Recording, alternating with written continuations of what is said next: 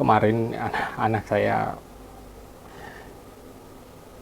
ketika ingin mandi, dia minta dibukakan bajunya. Ya, anak saya yang paling kecil ya, usianya masih 5 tahunan ya, belum genap 6 tahun. Jadi ketika dia minta dibukakan bajunya, saya bukakan bajunya karena ingin mandi. Lalu saya katakan, ini simpan bajunya ke belakang. Lalu baju atau pakaian kotornya yang baru saya lepas itu dia taruh ke belakang. Terus dia ketawa. Dalam pikiran saya, ini anak sudah mulai memahami mengenai analitik bahasa ya. Atau dia sedang berproses awal dalam filsafat bahasa. Jadi ya begitulah pentingnya filsafat bahasa. Banyak teks, banyak huruf, apalagi sekarang di era digital, sosial media itu banyak teks, banyak huruf. Di video itu ada caption, di video itu ada keterangan, lalu orang yang berbicara bla bla bla bla. Apa yang dia bicarakan itu adalah teks, itu adalah bahasa.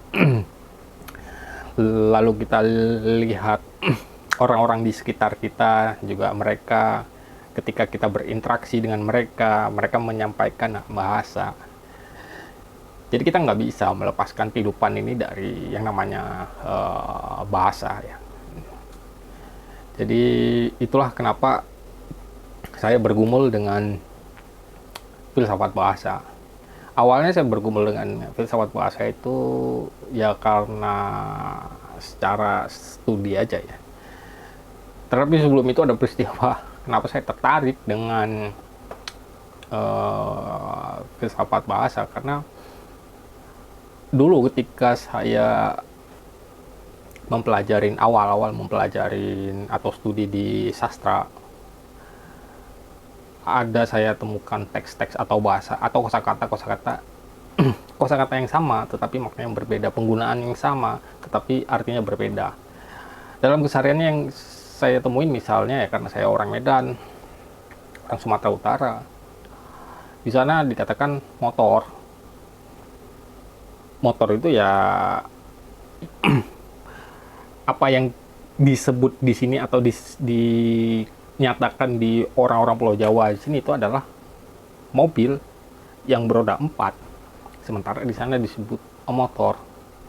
Di situ saya mulai berpikir kenapa bisa berbeda maknanya, padahal masih sama-sama orang Indonesia, masih sama-sama dalam konteks bahasa Indonesia, tapi maknanya bisa berbeda.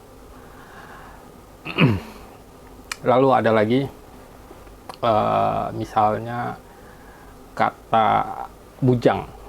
Di Sumatera Utara ini kata yang berkonotasi negatif, atau lontaran cemoohan, lontaran untuk mencaci maki, karena rujukannya secara makna itu memang sensitif untuk budaya Indonesia. Tetapi di luar, ketika saya berada di luar Sumatera Utara, hal melontarkan kata bujang itu ya biasa saja, jadi tidak mengandung konotasi negatif. Nah, dari dua kosakata ini saya dulu mencoba berpikir kenapa bisa begini. Disitulah saya tertarik ketika memahami sedikit atau membaca filsafat bahasa. Saya akan mencoba mengenalkan filsafat bahasa secara singkat dan sederhana ya, karena memang keterbatasan waktu, keterbatasan ruang juga. Filsafat bahasa itu sudah ada sejak era Socrates ya. Tapi sebagai cabang filsafat, yang namanya filsafat bahasa itu baru ada setelah di abad ke-20 ya. Tapi sebelum itu sudah ada sebenarnya bahasan filsafat bahasa sejak era Socrates. Mereka mengutamakan atau menganalisis bahasa dalam dialog, dalam beretorika. Mereka menyampaikan sesuatu makna, apa yang ada di pikirannya itu lewat bahasa. Disitulah mereka menganggap pentingnya logos atau kata atau bahasa itu sendiri untuk mudah dipahami, untuk bisa dipahami oleh orang yang mendengarkan. Begitu juga sebaliknya, ketika kita sebagai pendengar tidak memahami, kurang memahami apa yang disampaikan, arti dan maknanya oleh orang yang berbicara, itu kita bisa analisis, kita bisa mengkritik, kita bisa menguji validitas kebenaran maknanya seperti apa. Dari situlah, dari Socrates, Plato, Aristoteles dengan gaya masing-masing, sampai Thomas Aquinas, sampai pada akhirnya ya abad ke-20 ya, More, lalu dan tonggaknya dicanangkan, bukan dicanangkan ya, apa istilahnya ya, ditancapkan oleh More. Lalu kemudian ada tokoh-tokoh lain ya, Ferdinand de Saussure, juga Wittgenstein yang cukup fenomenal gitu. Jadi sederhananya begini, filsafat bahasa itu adalah cabang dari filsafat yang menganalisis bahasa untuk mencari makna atau ketidakbermaknaan atas bahasa yang disampaikan atau pada suatu bahasa. Secara karakter, filsafat bahasa itu pertama ada yang membahas hakikat bahasa itu apa. Jadi persoalannya adalah bahasa itu seperti apa, bagaimana bahasa, dan fungsi bahasa itu seperti apa. Lalu ada juga filsafat bahasa yang karakternya itu menganalisis logos, menganalisis kata, frasa, kalimat. Jadi apa yang disampaikan atau apa yang diucapkan oleh orang lain, kita memahaminya lewat bahasa. Nah, itu karakter yang kedua. Sementara karakter yang pertama tadi adalah hakikat bahasa itu seperti apa.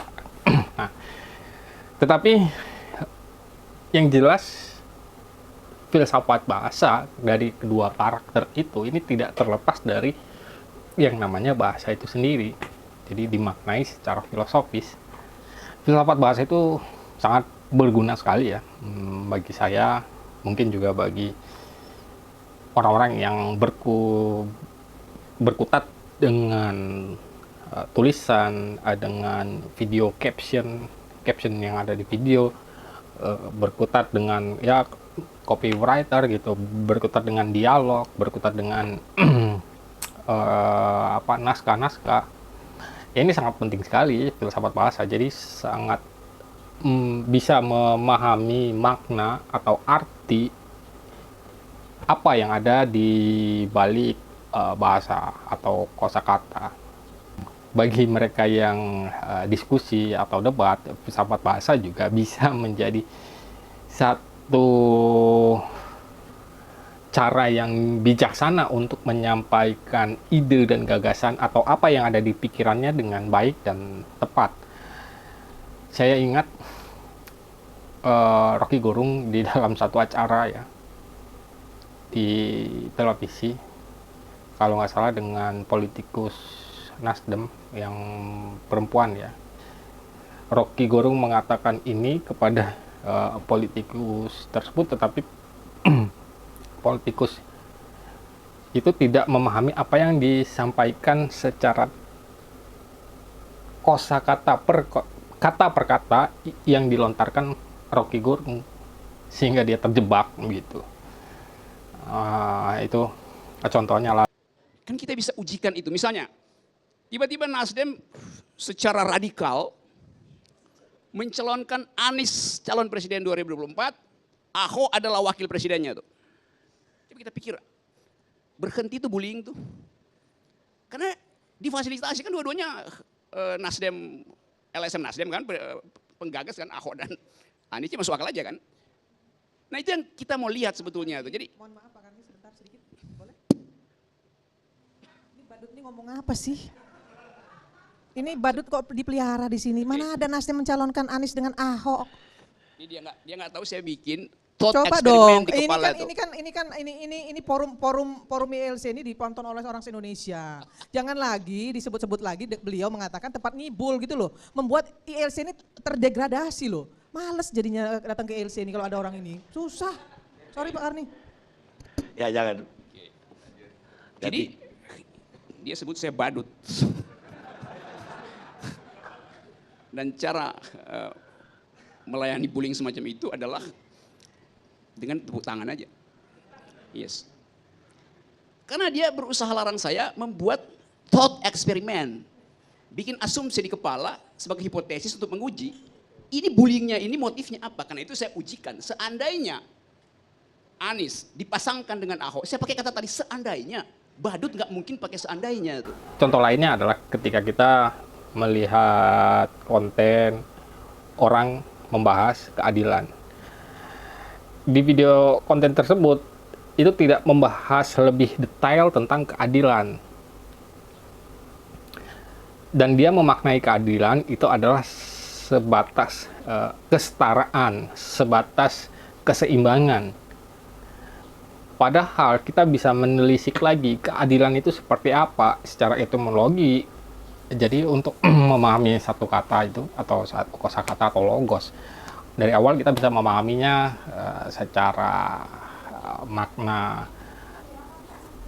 denotasi, makna yang secara literer itu apa maksudnya. Kita hanya melihat mungkin kamus ketika dia menyampaikan bahasa Indonesia, berarti kita lihat di kamus bahasa Indonesia apa definisinya. Dan untuk mendalami lagi, kita bisa memahaminya makna di balik itu lebih luas lagi. Bagaimana dia menyampaikan, seperti apa kalimat yang dia sampaikan, juga gestur yang dia tunjukkan juga seperti apa, dan konteks pembicaraannya, topiknya apa, itu juga membentuk makna lebih jauh lagi. Jadi untuk awal ya kita bisa hanya lihat definisi secara literer ya, lalu kemudian bisa lebih dalam lagi yang seperti saya katakan.